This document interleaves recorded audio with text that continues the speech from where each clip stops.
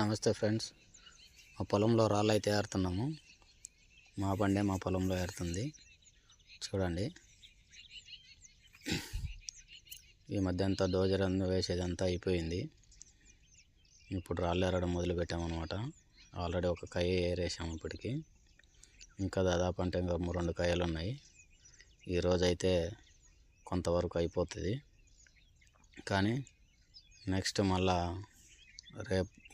రేపంతా మళ్ళీ గురదోలి ఇంకా ఎల్లుండి బోధులు అయితే వేయించాలి. చూడండి ఫ్రెండ్స్,